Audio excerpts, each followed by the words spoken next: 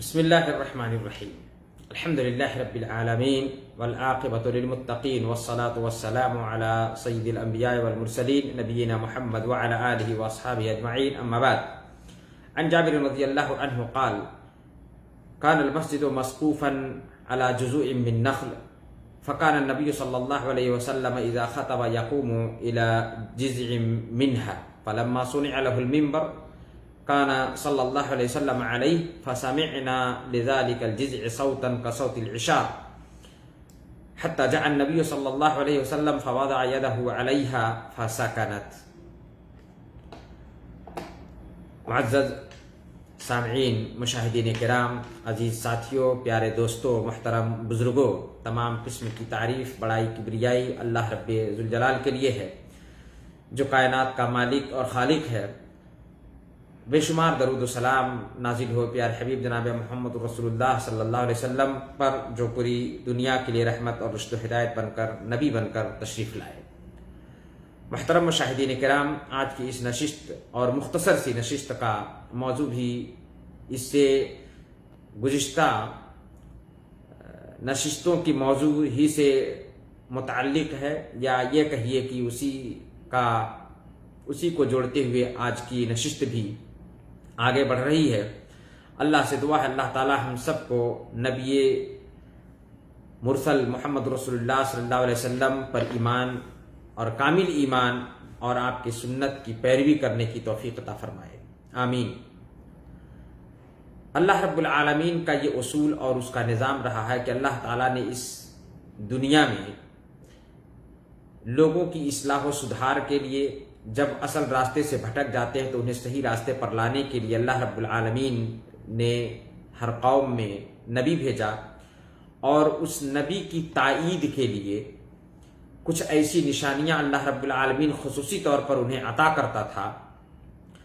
جو نشانی ان کے لیے دلیل ثابت ہوتی تھی کہ یہ حقیقت میں اللہ کے نبی ہیں، اور جس کو دیکھ کر یا سن کر ایمان مضبوط ہوتا اور ایمان بڑھتا تھا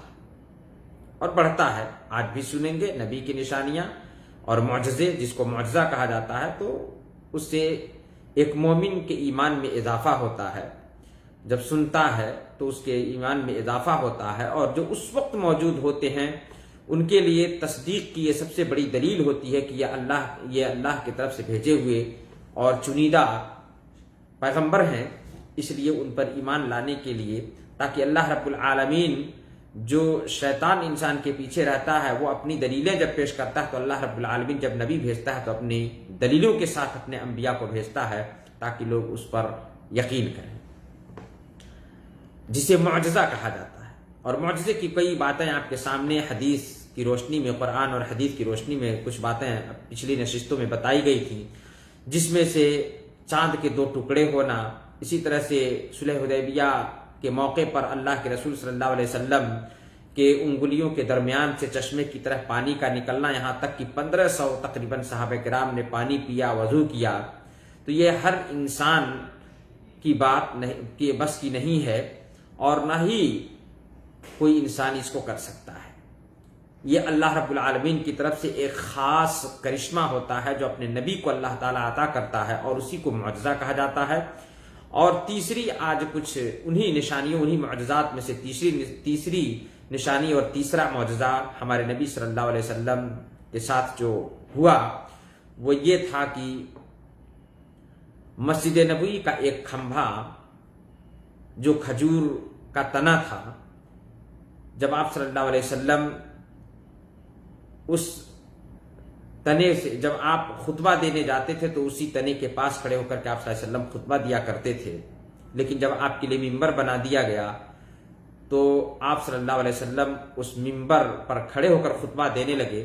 لیکن جب آپ اس پر ممبر پر چڑھے تو اس تنے سے، صحابہ کہتے ہیں کہ وہ تنا رونے لگا، یہاں تک کہ جس طرح سے بوقت ولادت اونٹنی کی آواز ہوتی ہے رونے کی، بوقت ولادت اونٹنی جس طرح ہنہناتی اور روتی ہے، یا تکلیف جو ہوتی ہے اس تکلیف کی جو آواز ہوتی ہے، کہتے ہیں کہ اسی طرح کی آواز آ رہی تھی، یہاں تک کہ آپ صلی اللہ علیہ وسلم ممبر سے اترے اور آپ نے جا کر کے اس تنے پر ہاتھ رکھا، اس کے پاس جا کر اس تنے پر ہاتھ رکھا اور وہ چپ ہو گیا۔ حدیث جابر بن عبداللہ رضی اللہ تعالی عنہ کی حدیث ہے، کہتے ہیں کہ کان المسجد مسقوفا علی جزء من نخل، مسجد نبوی کی چھت کھجور کے تنوں پر بنائی گئی تھی۔ مسجد نبوی، آپ صلی اللہ علیہ وسلم جب مدینہ تشریف لائے تو آپ نے مسجد نبوی کی تعمیر کی، اور اس وقت مسجد نبوی کی چھت اور اس جو قائم تھی وہ کھجور کے پتوں سے، اور کھجور کا جو تنا ہوتا ہے اسی تنے کو اس کا کھمبا بنایا گیا تھا۔ کہتے کہ فلما فکان النبی صلی اللہ علیہ وسلم اذا خطب یقوم الی جزء منها، تو اللہ کے نبی صلی اللہ علیہ وسلم جب خطبہ کے لیے آتے تھے تو اس میں ان تنوں میں سے ایک کے پاس آپ صلی اللہ علیہ وسلم کھڑے ہو کر کے خطبہ دیا کرتے تھے۔ فلما صنع له المنبر، اور جب آپ صلی اللہ علیہ وسلم کے لیے ممبر بنا دیا گیا، فکان علیہ، تو آپ صلی اللہ علیہ وسلم اس پر تشریف لائے، آپ اس ممبر پر کھڑے ہو کر کے خطبہ دینے کے لیے تشریف لائے۔ فسمعنا لذلك الجزء صوتا كصوت العشار، کہتے ہیں صحابہ اور راوی حدیث جابر رضی اللہ تعالیٰ عنہ کہتے ہیں کہ فسمعنا لذلك الجزء، تو ہم لوگوں نے اس تنے سے آواز سنی۔ کیسی آواز؟ كصوت العشار، جس طرح سے بوقت ولادت، یعنی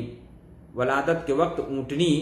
کی تکلیف اور درد کی وجہ سے جو آواز نکلتی ہے، اس طرح کی آواز اس تنے سے آ رہی تھی، ہم لوگوں نے سنا۔ حتی جاء النبی صلی اللہ علیہ وسلم فوضع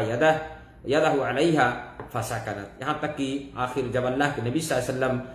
اس کے پاس آئے اور آپ نے اپنا ہاتھ اس پر رکھا تو وہ تنا جو ہے خاموش ہو گیا، چپ ہو گیا۔ بخاری، صحیح بخاری کی یہ حدیث ہے۔ معزز سامعین، محترم مشاہدین، یہ ہمارے نبی صلی اللہ علیہ وسلم کے ساتھ اللہ رب العالمین کی طرف سے خصوصی معجزہ کی تنے تک بھی آپ سے دوری برداشت نہیں کرتے تھے، لیکن بڑا افسوس ہوتا ہے کہ آج مسلمان اسی نبی کا کلمہ پڑھنے والا، اسی نبی کو ماننے والا، لیکن اس نبی کی پیروی کرنے سے کوسوں دور ہوتا ہے، اور اسے رونا بھی نہیں آتا، روتا بھی نہیں ہے، دعویٰ بھی کرتا ہے اور رلائی بھی نہیں آتی ہے۔ یہ بہت افسوس ہے یہ۔ اس لیے معزز سامعین، محترم مشاہدین، ہمیں چاہیے کہ ہم نبی پاک صلی اللہ علیہ وسلم سے بے پناہ محبت کریں، اور یہاں تک کہ شجر و حجر نے آپ سے محبت کی، تنوں نے آپ سے محبت کی، در و دیوار نے آپ سے محبت کی، اور محبت کی نشانی کی جب نبی ان سے تھوڑا سا دور ہوتے ہیں تو انہیں تکلیف ہوتی ہے، لیکن ہم ہیں کہ صرف دعوے تک نظر آتے ہیں۔ اللہ تعالیٰ سے دعا ہے کہ اللہ تعالیٰ ہم سب کو نبی کا حقیقی محب بنا دے، نبی سے حقیقی طور پر محبت کرنے والا بنا دے، اور نبی سے حقیقی محبت کی یہ دلیل ہمارے لیے ہے کہ ہم نبی کی باتوں پر، آپ کی سنت پر عمل پیرا ہو جائیں۔ یہی سب سے بڑی دلیل ہے۔ دعوے کرنا یہ صرف دعویٰ ہوتا ہے، زبانی دعوے ہوتے ہیں، حقیقی دل جب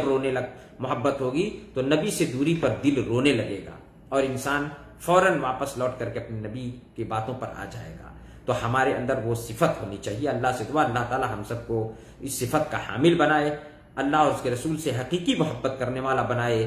اور ان کی باتوں پر عمل پیرا ہونے والا بنا دے، عمل کرنے کی توفیق عطا فرما دے۔ آمین۔ والسلام علیکم ورحمۃ اللہ وبرکاتہ، وجزاکم اللہ خیرا۔